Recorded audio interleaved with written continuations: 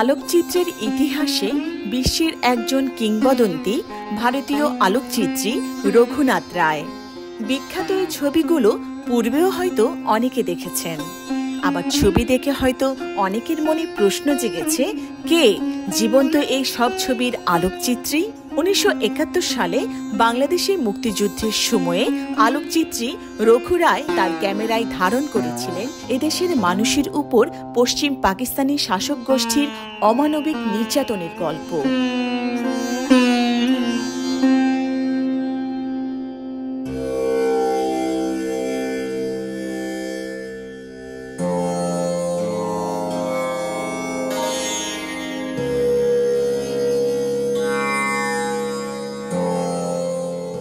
যারা স্বচক্ষে বাংলাদেশের মুক্তিযুদ্ধ দেখেনি, তাদের কাছে রঘু রায়ের ক্যামেরায় বন্দী করা সে সময়ের ছবির গল্পগুলো যেন জীবন্ত।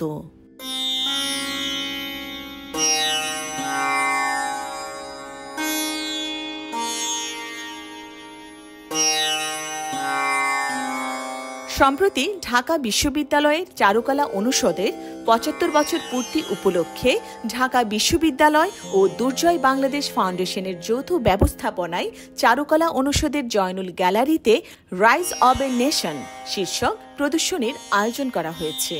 প্রদর্শনীতে 1971 সালের মুক্তিযুদ্ধ চলাকালীন আলোকচিত্রী রঘুনাথ রায়ের 52টি আলোকচিত্রে তুলে ধরা হয়েছে মানুষের নিদারুণ কষ্ট, জীবন বাঁচানোর আকুতি, নির্যাতন আর নির্মম গণহত্যা।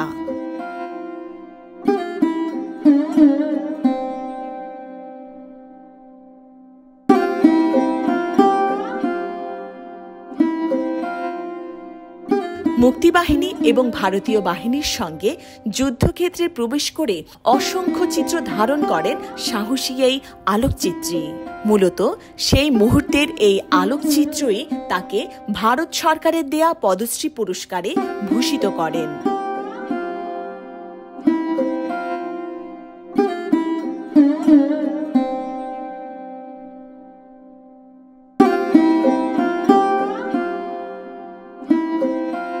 তার তোলা যুদ্ধের সেই সময়ের বিভিন্ন মুহূর্তের ছবি আজও দাগ কেটে যায় মানুষের মনে। সাধারণ মানুষের নিজ দেশ ছেড়ে যাবার কষ্টের মুহূর্তকে ধারণ করেছেন ক্যামেরায়। শিল্পীর ভাবনা নতুন প্রজন্মকে সুযোগ করে দেয় যুদ্ধের সময়ে মানুষের আর্তনাদ, চাপা কান্না ও অসহায়ত্বের অদেখা জীবন দেখার।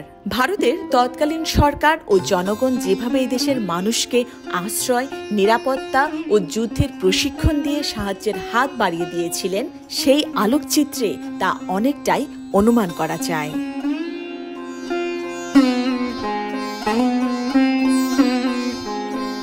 প্রতিদিন নানা বয়সী দর্শনার্থী এসে প্রদর্শনীটি ঘুরে দেখছেন।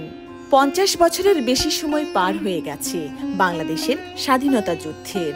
আজকের স্বাধীন সার্বভৌম এই বাংলাদেশ প্রতিষ্ঠার পেছনে যে আত্মত্যাগ রঘুনাথ রায়ের এই ছবি, তা আমাদের আরও একবার স্মরণ করিয়ে দেয়।